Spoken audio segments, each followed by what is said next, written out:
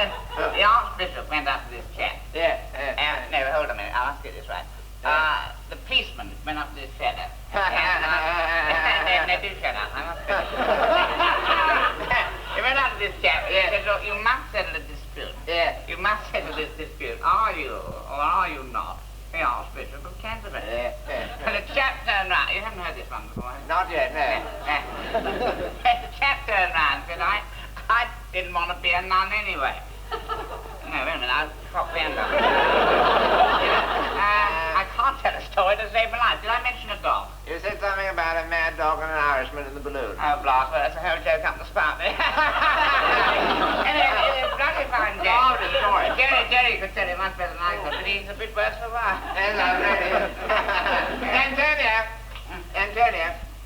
Antonio, por favor, esto que the swimming pool, have you vacuumed it and... bueno, hombre. Ele. You speak in Spanish, do you? Peque. Vienna, now, why don't you take all the girls out, get into your swimming tops and take a dip in the pool? It's up to 7, eh? Should be nice. All right, girls? Anybody wants to go to the little ladies' room, you know, I'm sure she'll show you the way. Very patient. Would you like some brandy, or will you stick with vino? No, I'll have a little brandy. It's all from the grape, after all. Drop of brandy never did anybody any harm. How very civilized. Jerry, do you want some brandy? I don't think he's with us, actually. No, I'm afraid he's out like a light. I must compliment you on a most delicious bird. Yes, thought he wouldn't it. We're terribly lucky having Antonia and Maria. You know, they're simple Sardinian people. Yes. But Maria is very good on things like roasts. Yes. I mean, I wouldn't trust her with a Zebalione. Anything like that. Yes. Look, can I say one thing? How marvellous it is to see a sort of new face in this neck of the woods. That's very nice. Terribly bored with the same old crowd the whole time. Is it all right if I call you Freddie? Oh, absolutely, yes. But I might not answer. I was christened Teddy. You're Christened Teddy? Yes. Christened Teddy? Yes. All right, Freddie, I'll call you Teddy from now onwards. Fine. Unless you'd rather be called Freddie, it's all the same to me. Well, if it's all the same to you, I'll plump for Teddy. Okay, Teddy. Teddy it is, and all my friends call me Jumbo. Jumbo, it is. Jumbo. Very good. Yes. Yes. You know, it's absolute heaven being out here in the country. Isn't it heaven? Isn't it wonderful? Isn't it heaven? Verity and I have been promising ourselves to make this move for absolute years. What do you know I always say? What do you say? I always say here in the country, one gets the best of both worlds. Because one's got the trees and things and shrubs and all the birds flying around and so on. Yes. If one wants a bit of excitement, just nip in the car, straight up the M4, you're in the West End in half an hour. Yes. We go up there quite a lot because Fiona's absolutely mad about the theatre. Yes, sir. Yes. Are you a theatre man? No, not really, no. No, I think the last thing Verity and I saw was, oh God, when was that? 1949, Bless the Bride. Ma bella Margherita, so beautiful to see. So tuneful. What melodies do I know? I wonder why it ever came off. Yeah, I don't know. It could have run forever. A lot of my friends missed it. Yes. Have you seen that hair thing? No, I'm not a rock and roll Johnny. Nor me. My two lads think I'm as square as a coot, but, you know, quite honestly, I had enough noise in the war. So did I, yeah. You've got a couple of sprogs, haven't you? Yes, we're very blessed. We've got two little kiddies. There's Darian. He's the oldest. He's out in Lausanne at the moment. He's cramming for his O-levels in beekeeping. Darian will be 28 in the autumn. And then we've got young Glenda, and she's 2.5 months. That's quite a gap. Quite a gap. Yes. Thank you very much. I hadn't noticed. That turkey rather plays a toll with the stomach. Yes, we decided to have another, actually, because Darian was getting terribly lonely. You know? Yes, children are absolute heaven, aren't they, Boone? Yes. How long have you been married? Let's see now. I'm frightfully bad on dates. Darian's 28. So that makes it 2 years altogether. I met Fiona out in Mombasa, actually. You did? Well, that's fantastic. Do you know I met Verity at Glyndebourne? I did. Isn't that extraordinary? Isn't that extraordinary? What a small world. God. I was out there, actually, at the time. Do you know Harry's bar? Naturally. Do you know Harry's bar? Harry's bar. Anyway, Fiona was out there trying to forget about, Oh, yes, of course. Yes. I think I told you. You did, yes. Yes. Because you realized that he... yes, and then the husband... she was very... enough said. Frightful business. Yes, and she was out there and came into the bar, and I invited her over, we had a few drinks, a bit of a chin wag, and I suddenly thought, you know, why don't we make the whole thing legal? And we've been sort of hitched together ever since. That's tremendous. Yes. Must say it's a very superior brandy you've got here. Do you like it? It is good, Yes, isn't it? lovely. Where'd you get it from? We're terribly lucky. I've got a little man who gets it frightfully cheap. For a wholesale, Johnny. No, it's even better than that. He's a little chap. Whenever I want some wine, he goes up to London and sort of steals it for me. Steals it. That's awfully good week. It works out terribly economical. At the moment, I'd say I've got enough laid down for about 4 years. 4 years? Yes, which is just about what he got, actually. He didn't squeak. No, he's terribly loyal. He's one of those few old-fashioned kind of servants who don't say anything. And we've been terribly lucky in that respect. Yes. Girls. The girls sound as if they're having a good time in the pool, don't they? Well, the pool is a tremendous boon, you know, especially in the summer. Yes. I tell you, I've got a very good pool. Who's that? Jerry. Really? Jerry Butterfield. Yeah. Wonderful pool. Yeah. Mind you, I think he fills it full of gin and tonic. And I can believe that. Yeah, a bit of an alcove, but terribly good value. Yes. And his wife Deborah, you're sitting next to her. Yes, She is of course. on your right hand here. Yes, yes. She's terribly lively in her own sort of way, if you're interested in that sort of thing.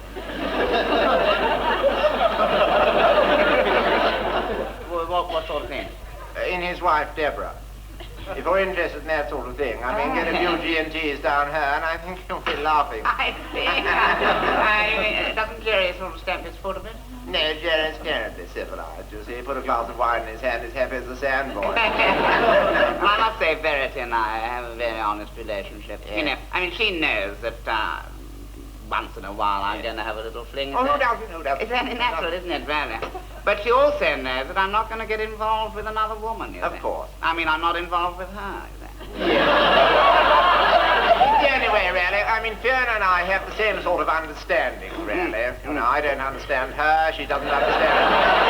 And so we go our separate ways, and nobody gets hurt. But that's the important thing. Nobody gets People hurt. getting hurt is That's so awful. So isn't it? awful when people get hurt. When they get hurt, yes. Terrible.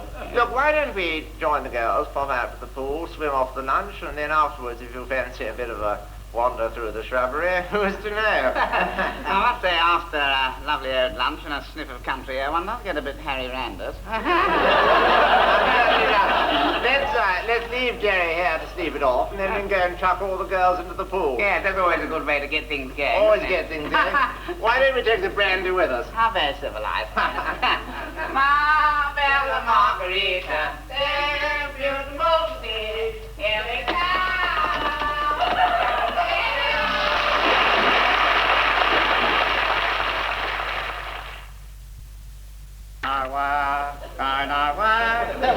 But I will make a grand sound Saturday time. Well, make a grand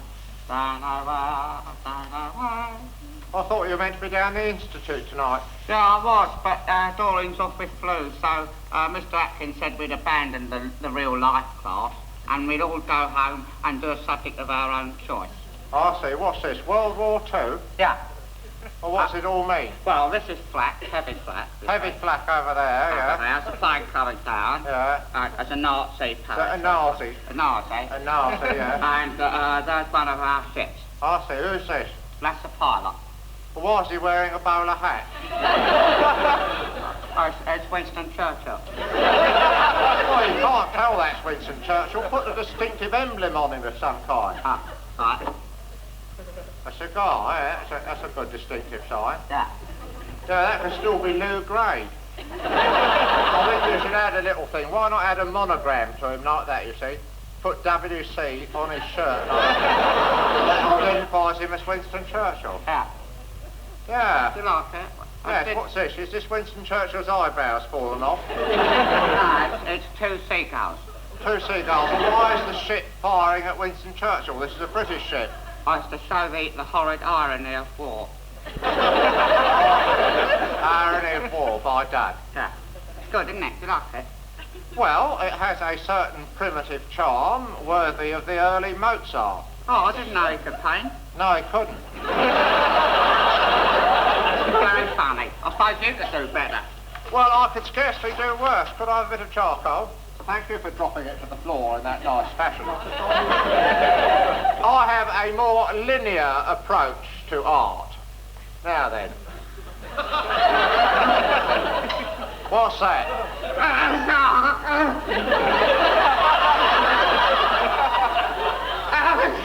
What is it? Oh, it looks like one of my seagulls flying sideways. I see flying seagulls get you going a bit. You're wrong, actually. Let me fill in a little more detail to give you a hint of what it is. Tell me, what is that? I don't want to say. What don't you want to say? I don't want to say. It's dirty. What's dirty about it? Well, it's dirty, especially because there's only one. Well, would you rather have two? Yeah. No! Well, I'll fill in two of them. There, how's that? Does that tell you what it is? Come on, what's that? I don't want to say it. Come on, what is it? It's the ladies' things. Ladies' things? Yeah. Is that all you ever think about, a lady's things? How could you say that's a lady's things when anyone could see it's two lovely little doggies going out for a nice little stroll, you see. There's their two tails on the end there. Oh, very good. If that's a lady's things, I'm a Dutchman. All right, then. Clever drawers. Woo. Woo. W. W. W. Why, it's just a word. It doesn't make any sense. It says woo, woo, woo, woo, woo. No, it doesn't. It says bam, titty, bam, titty, bam. Oh, I see. A wonderful visual punch. Bum, ticky, bum, bum, bum. Yeah. Okay, then. No, I don't think we want to see the neighbours watching our bum, bum. Oh, thank you, Mr. Postman. So there's no mail today. Oh, right. Thank you for telling us. Who's that? It's a postman. He called to say there wasn't any mail today. What's that you've got behind your back? It's nothing. What are you putting in the drawer? Nothing. You're putting nothing in the drawer, are you? It'll take you a lot of time to put nothing in the drawer. What am I saying? No, just seeing if it's opening. Yeah, oh. Could I see in this drawer as opposed to that one? No. Excuse me. Is that the nothing the postman delivered? Well, I said it was next to nothing, so it was nothing to put in there. I see. I'll open it in that case. No, it's for me. It's addressed to the occupier, that's me. I also occupy this residence, if I remember right. Yeah, but it's a seed catalogue, and I told them to address it to the occupier so I wouldn't get on like FBI lists. No, I don't think much danger of that. A seed catalogue, you say? Yeah. Just the very thing I like to read at about this time of day. Nothing I like better than looking at a good seed catalogue at about this time. A seed catalogue. Honeymoon hints by the Reverend Prendergast. Sexual ecstasy for practising Christians. Must be a mistake. I'll take it round to Mr. Woolley. It's probably his. You think it's for Mr. Woolley? Yeah. As Mr. Woolley has been married for 51 years and has 17 children, I think honeymoon hints would be rather shutting the door after the horse is bolted, don't you think? Better late than never. I see it's very thorough. The use of the elbow in foreplay. Has it got any pictures of people kissing? It has certain illustrations, but I don't see you should look at this type of thing until you're married. Ah. Are you thinking of getting married? Oh, putting out feelers, you know. I thought I'd better be prepared, you know. There's no use riffling through the book on the night, is there? It is rather bulky to bung down your pyjamas on the honeymoon. Who are you setting your cap at? Oh, no one in particular. I thought, you know, play the field puppet, you know. No use tying myself to one woman at this stage. I think tying yourself to a woman is the only way you keep her. Let's face it, up till now, the amorous adventures of Don Dud would make rather a slender volume, to say the least. I've been saving myself. You have been saving yourself to ridiculous lengths. I mean, your trouble with women, your approach to women is you don't approach them. Well, what about Shirley Powell? What about Shirley Powell? When did that happen? 1948, and what occurred? Well, it's a very good evening. I said I'd meet her outside the Royal Oak, and I met her, and she said, I'll just pop across the road, see if my friend can come out. So she went across the road, and then she come back a couple of minutes later and said, my friend can't come out, so I'm going home. What a torrid night of passion. Very torrid, isn't it? I think your trouble now, quite seriously, with women, is you're not assertive and dominant enough. You must be like a brute with them. But be a monster. Be a monster. Despise them, you see. Yeah. Your tactics aren't really right. Take that incident at the harvest supper with Stella Newby. Yeah. Now, I think it was a tactical error to fall to your knees in front of her and weep, saying, Stella, please never leave me. Especially when I'd never even met her. Well, but you went wrong, you see. Yeah. You've got to give the impression that you don't want women. That's difficult, because I do.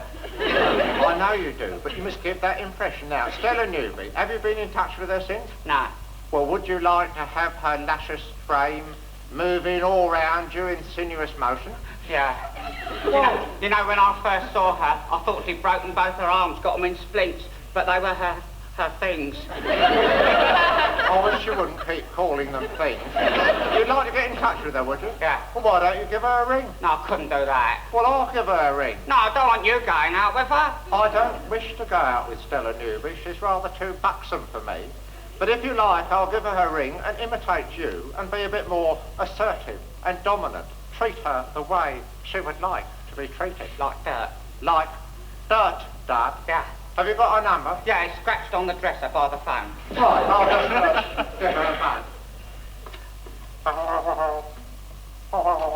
Don't overdo it. I'm just getting into the voice and the mannerism. Hold on. What? More like,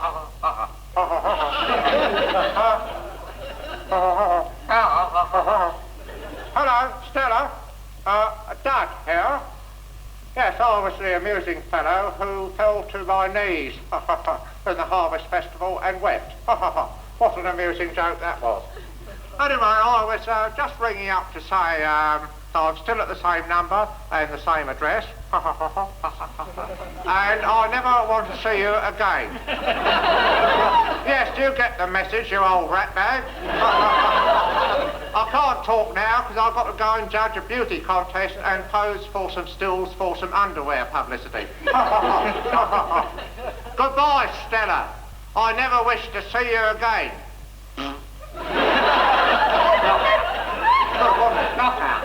If that doesn't get her going, nothing will. I reckon she'll be ringing up in the next minute. Yeah. Treat them like dirt. That's the only way.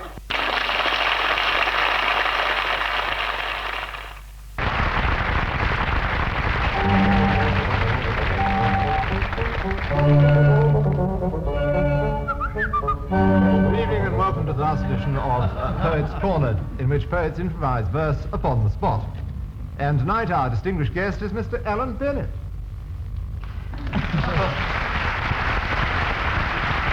On my left is Mr. Dudley Moore.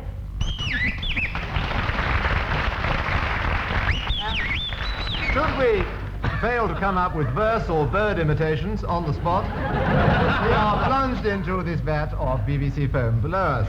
I may say that tonight is something of a rubber match, if you'll forgive the expression, since Dudley and I have both been in 3 times. Speak for yourself. So it's 3-all, and we'll start off with the verse from me in my position as chap. Through a leafy glade, there wandered a young troll. He was a beautiful lad, by his side a lovely moll, who graced his presence fair and warm. Rubbish. I want to tell you about my Auntie Florrie, who had this accident with a lorry. The lorry ran over some of her toes and then progressed to crush her nose. Both nose and toes beneath it fell. And unfortunately, there was a sound.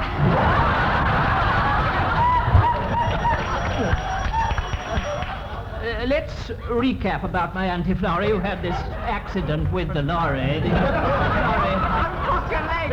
lorry ran over her toes and the gear stick caught in her nose.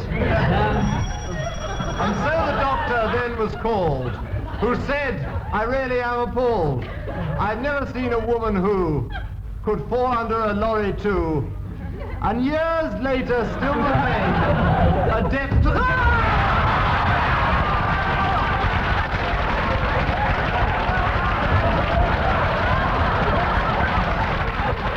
Is there no justice? I really don't care. I wet myself before I fell in. Here's the ride. This is the tale of Greta Dingle.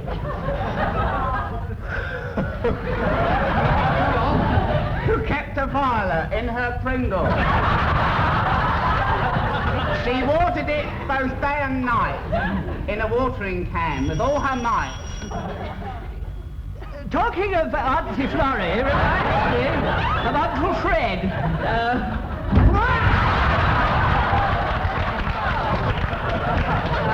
You can't go on meeting like this. How's Auntie Florrie, by the way? Give him a ride. Uncle Fred was found one morning dead in bed. Uncle Fred was found one day dead in bed. Rubbish.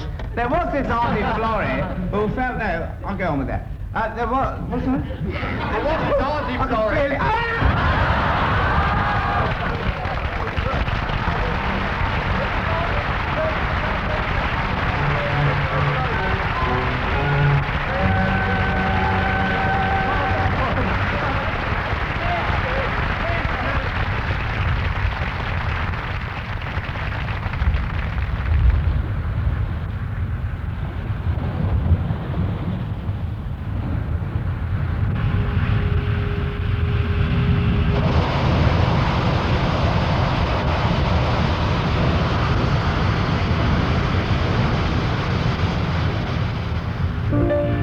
Now is the time to say goodbye.